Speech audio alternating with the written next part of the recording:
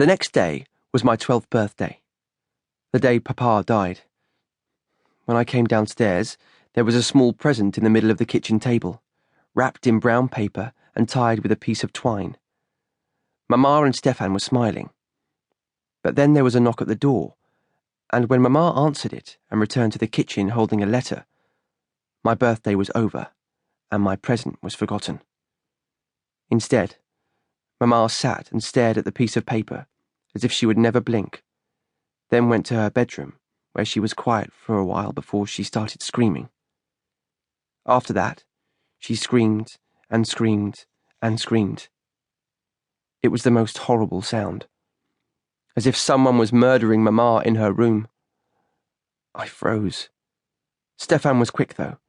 He was at the top of the stairs in just a few seconds, hammering at the locked door and calling, "Mama! Mama!" The other noises came from inside the room, smashing and banging and crashing. It was the sound of the world falling apart. My whole body was shaking with fear, and I had no idea what to do. Stefan stepped away from the door when the commotion started. His eyes were wide, and he was just as afraid as I was. I crept upstairs, and we looked at one another. But before we could do anything, the sounds died down, and it grew quiet in the room once more. "Mama?" Stefan asked. When she didn't reply, he braced himself and took another step back. He barged his right shoulder into the door with a solid thump that rattled the whole frame and shook the wall. There was a sharp crack, then he stepped back and did it again, splintering the wooden frame and smashing the door open. It flew back into the room, slamming against the wall with a bang. Everything was a mess. Mama had overturned the bedside table and shattered the mirror that had been on the chest of drawers. The wardrobe door was hanging from one hinge, and the chair was on its back, one leg smashed. Sitting on the edge of the bed, with her head in her hands, Mama looked wild. Her hair had come undone, and was hanging about her face like a madwoman's. She didn't look up at Stefan when he went in. She didn't react when he sat beside her and held her. "Help me get her into bed," Stefan said to me. But all I could do was stand and watch as he pulled back the covers and encouraged her to lie down. "It's just us now."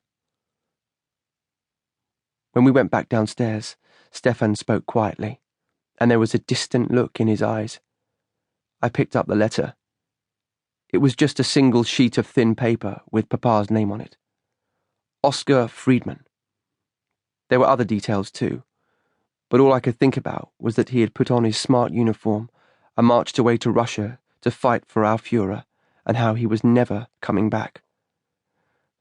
"What are we going to do?" I asked. Stefan squeezed his eyes shut.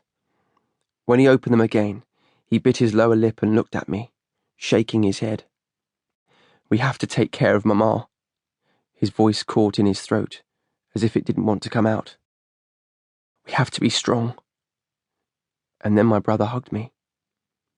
He had never done that before, but I didn't try to stop him. Standing in the middle of the kitchen with my cheek pressed against my brother's chest, I wanted to hold back my tears, but they came and came, just like Johann's had done, no matter how hard I tried or how pathetic it made me feel.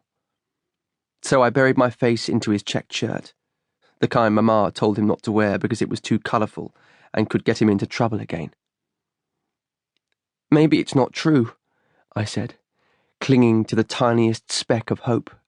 "Maybe the letter is wrong. Maybe it's someone else." Stefan said nothing. "It's not fair. The war was supposed to be short," I sobbed. "It was supposed to be over.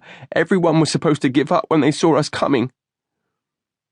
"That's what they want us to think," Stefan said. "That everything will be all right." I swallowed and tried to organise what I thought. It was difficult with so many things spinning through my mind. I hadn't expected the overwhelming feeling of